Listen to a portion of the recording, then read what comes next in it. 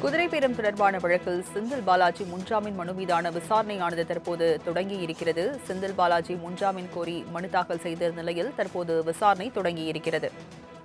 குதிரை பேரம் தொடர்பான வழக்கில் முன்னாள் அமைச்சர் செந்தில் பாலாஜியின் முன்ஜாமீன் மனு தொடர்பான விசாரணையானது தற்போது தொடங்கியிருக்கிறது.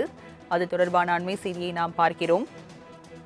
குதிரை பேரம் தொடர்பாக செந்தில் பாலாஜி முன்ஜாமீன் கோரி மனு தாக்கல் செய்திருந்த நிலையில் தற்போது விசாரணையானது தொடங்கியிருக்கிறது. குதிரை பேரம் தொடர்பான வழக்கில் முன்னாள் அமைச்சர் செந்தில் பாலாஜி முன்ஜாமீன் கோரி மனு தாக்கல் செய்திருந்த நிலையில் தற்போது அதன் மீதான விசாரணையானது தொடங்கியிருக்கிறது. அது தொடர்பான அண்மை செய்தியை நாம் பார்த்துக் கொண்டிருக்கிறோம்.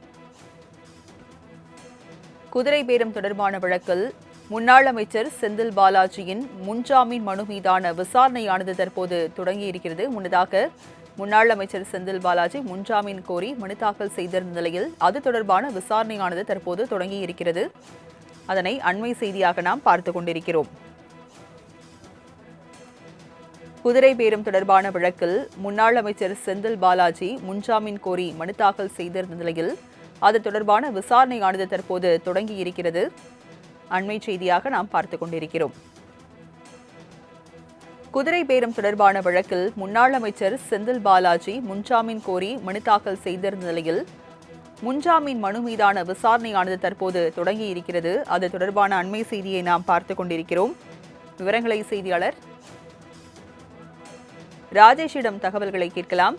ராஜேஷ், முன்னாள் அமைச்சர் செந்தில் பாலாஜியின் முன்ஜாமீன் மனு மீதான விசாரணை தொடங்கி இருக்கிறது. அந்த மனுவில் என்னென்ன விஷயங்கள் இடம்பெற்றிருக்கு, விவரங்களை பதிவு பண்ணுங்க.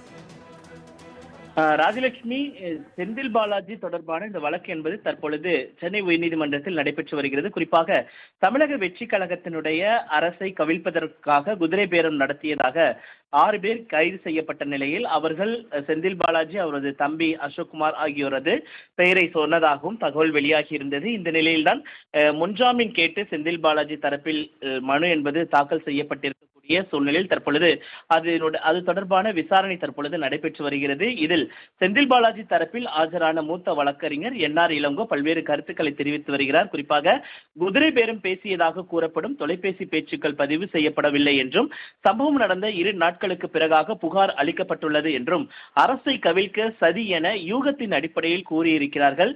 சபாநாயகருக்கு எதிரான தீர்மானத்தை ஆதரித்தால் அரசு கவிழாது, சபாநாயகருக்கு அனைத்து கட்சியினரும் ஆதரவு அளித்தனர். தற்பொழுது சட்டமன்ற உறுப்பினர்கள் ராஜினாமா செய்து வருகின்றனர். அசோக்குமார் தான் தூண்டினார் என குற்றம் சுமத்தியிருக்கிறார்கள்.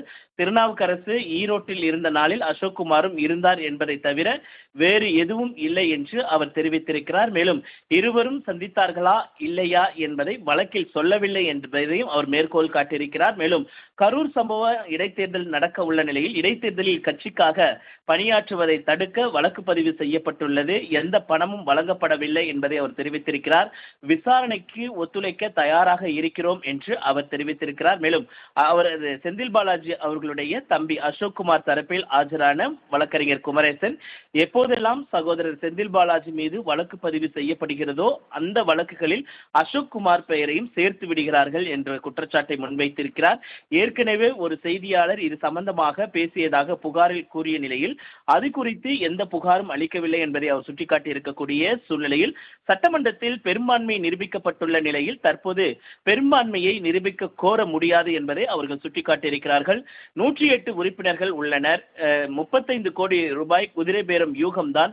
சபாநாயகருக்கு எதிரான தீர்மானத்தின் மூலம் ஆட்சியை கவிழ்க்க முடியாது என்பதை அவர்கள் மேற்கோள் காட்டி சொல்லியிருக்கிறார்கள். மேலும் மனுதாரர் ஒரு குற்றவாளியாக சேர்க்கப்பட்டுள்ளார். மேலும் முதல் தகவல் அறிக்கை பதிவு செய்யப்பட்ட குற்றச்சாட்டுகளும் மாற்றி அமைக்கப்பட்டுள்ளதாக அசோக்குமார் தரப்பிலிருந்து தொடர்ச்சியான வாதங்கள் என்பது தற்போது வரை முன்வைக்கப்பட்டு வருகிறது. ராஜலட்சுமி, தற்போதைய விவரங்களை வழங்கியதற்கு நன்றி ராஜேஷ்.